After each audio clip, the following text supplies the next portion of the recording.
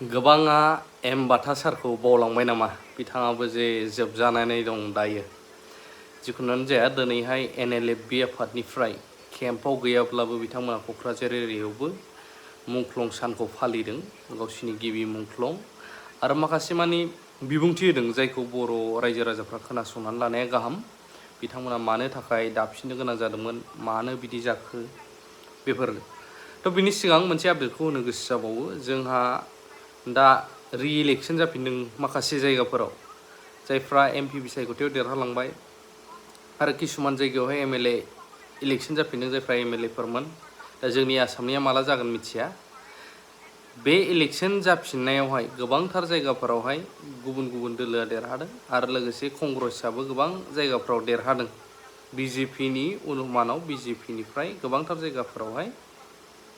जेननायखौ नुनो मोन्दों आरो कंग्रेसनिफ्राय गोबां जायगायाव देरहानाय इभेन बेंगलावबो TMCनिफ्राय देरहानाय माखासे खौरांफोरखौ जों मोननो हादों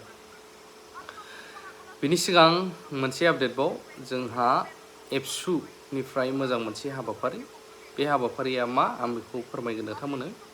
दा NLFB आफादनिफ्राय बिथां सारमोना मा फोरमायदों नायग्रोनानै लानो हागोन मुंख्लं सान फालिदों जोङो थारमाने केम्पआथ' जोंनिया होखाजानायसो नालाय थांनाय जानुवारियाव होखारजादों जोङो बेखायनो आफादाथ' दं दासिमबो दङ आरो थालांबाय थागोन बेखायनो जोङो जोंनि जानाखि बे मुंख्लं सान जों बेखौ थारमाने मोनसे जायगा फोथाराव खालामनांदों आरोखि सेन्ट्रेलि फालिदों उदालगुरियाव फालिदों आरो क'क्राझाराव फालिदों आरोखि मोननै जायगायाव फालिदों आरोखि उदालगुरिनियावहाय थारमाने बबे जायगायावहाय गोथै हाखर दङ गावनि थुमावहाय बेयाव खालामफैदों आरोखि उदालगुरिनिया ओमफ्राय जों क'क्राझारनिया केम्पनिया जों बेहाय खालामफैदों आरोखि नोंथांमोननि जाखिनि दाबि माबायदि सावरायनायखौ जोङो दाख्लै इलेक्सननि जोबखांनायनि उनाव जोङो मोनसे एपिल खालामदों आसाम गभर्नमेन्टखौ ओमफ्रायो आसाम गभर्नमेन्टनि CMखौ चिफ मिनिस्टारखौ ओमफ्रायो प्लास जोंनि BTRनि CM जोङो बिसोरनो थारमाने जोङो आपिल लेटार हरदोंमोन जाहाथे जोंखौहाय पुलिसफ्रा बा पुलिस पार्सनेलफ्रा थारमाने जोंखौ डिस्टार्ब खालामा जों गभर्नमेन्टजों सावरायफिननो रेडि होननानै जोङो एपिल खालामदोंमोन दा बे एपिलखौ खालामनायखौ बिसोरो मोननानै दा जोंखौहाय रेसपन्स हरफिनदों कि खम समनि गेजेरावनो माबागोन मा होनोमोनलाय सावरायनाय जासिगोन आरोखि आसामनि CMजों दा सिगाङाव आं बुंग्रोयो न'खरनि इसुखौ जोङो सल्भ खालामग्रोदों बिनि उनावहाय जोङो दस्रा न'खरनि इसुखौ सल्भ खालामनो नाजागोन आरो जोंनि न'खरनियावनो दा एसे इसुआ गोबांसिन जालांदों नालाय दा जों जेब्ला जोंनि न'खरनि इसुखौ जों सल्भ खालामनो हाया अब्लानासिम जोङो जेबो बुंथ'नो हाया जों जेब्ला न'खरनि इसुखौ सल्भ खालामो अभियासलि जों गासैखौबो सल्भ खालामनो नाजागोन आरोखि रायलायनायनि गेजेरजों दा जुदि CM सारा जुदि जोंखौ जुदि बे खम समनि गेजेरावनो लेंहरदोंथ' दिनैहाय आङो मैया मोनासिमाव फन फैदोंमोन 10:30 बायदियाव कन्टेक्ट खालामहरदोंमोन आं बुंदों माने जोंना 13 थारिखआवहाय सेंग्राफोरखौ गासैबो लेंहरजोबगोन उदालगुरि क'क्राझार जों ज' सावरायग्रोगोन बिनि उनावहाय जों मा डिसिसन लानाय जायो CM सारनो जों खोन्थाहैगोन होननानै बुंहरदों आरोखि मैया मोनायाव जिहेथु माखासे सान सिगां केम्पखौ नोंथांमोना दा आथिखालाव माबायदि थासारियाव फैयो जोङो केम्पखौ जादोंबाबो मानसियाथ' जों दाबोसो आफादाथ' दं नालाय जों थारमाने मा खालामथारदों फ्रेगमेन्टेसन खालामथारदों आरोखि जोङो फिसा जायगायाव थादों आरोखि जों बेखाराव थायाखै माबा मा होनो थालिर गायदों बहाबा फुख्रि माबा ना हगारदों बहाबा अमा फिसिदों बहाबा मुदुफुल गायदों माने बबे जायगायाव जों सेंग्राफोर ज' थादों बे जायगायाव थारमाने जों बेखार थायाखै आरो थारमाने माबा मोनसेबाबो थांनानै थानायनि राहाखौ जाहाथे आफादा थांनानै थायो बे बेबस्थाखौ जों खालामनानै दोनदों आरो जोङो बे नङाखि जोङो ज' थानायावबो जों खालामखायोमोन दा जों ज' थानो मोनाखै जेनेबा नोंथांमोना नुनो मोनबाय एबसुनिफ्राय मोनसे आरो मोजां खामानि नगाव एरियाजों जायफ्रा बर' राव रोङा बिथांमोनखौ खस्थ' खालामनानैबाबो बर' राव सोलोंनायाव हेफाजाब मदद होदों दा बिथांमोननि बर' रायलायनाया बोरै फ्लुएन्ट सोलोंनो नाजानाया बेसेबांसिम आवगायदों नोंथांमोना भिडिअ फुटेजखौ नायनो हागोन खुलुमबाय आंनि मुङा थारैनो दीपशिखा बर' आंनि बिफानि मुङा चित्तरन्जन बर' आंनि बिमानि मुङा रेखा बर' आंनि गामिनि मुङा कुथिमारि आंनि लाइजामखोनि मुङा बामुनिगाव आंनि थानानि मुङा सयगाव आंनि जिल्लानि मुङा कामरुप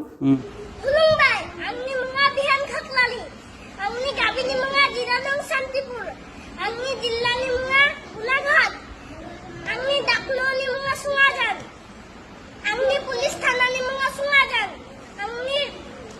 रायजो आंनि रायजोनि मुङा आसाम आंनि आफानि मुङा रुप खाख्लारि आंनि आइनि मुङा रिमझिम खाख्लारि आंनि आदानि मुङा सुमित खाख्लारि आंनि बिमानि राभा बर' आंनि फरायसालिनि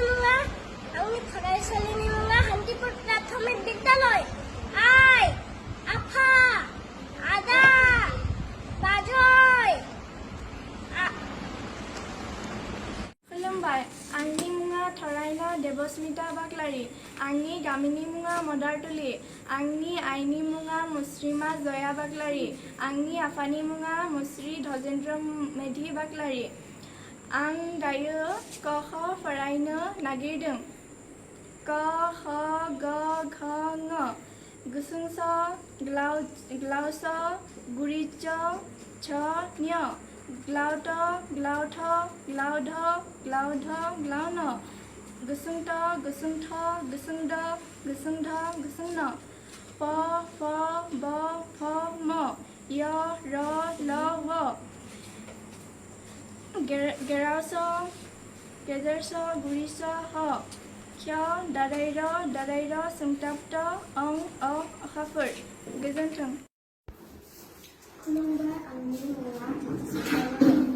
आंनि बिफानि मुङा आंनि बिमानि मुङा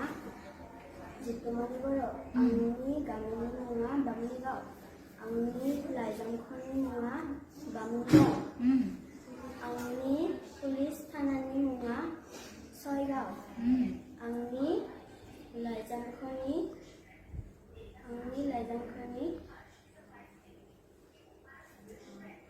नङा 7 8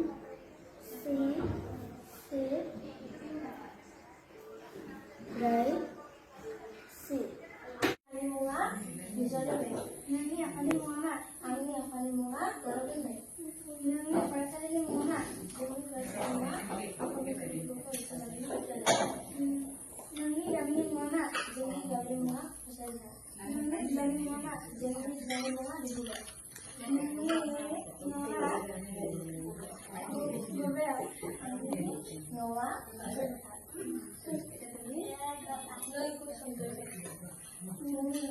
आंनि मुङा थरायना दीपशिखा बर' आंनि बिफानि मुङा चित्तरन्जन बर' आंनि बिमानि मुङा रेखा बर' आंनि गामिनि मुङा पुथिमारि आंनि लाइजामख'नि मुङा बामुनिगाव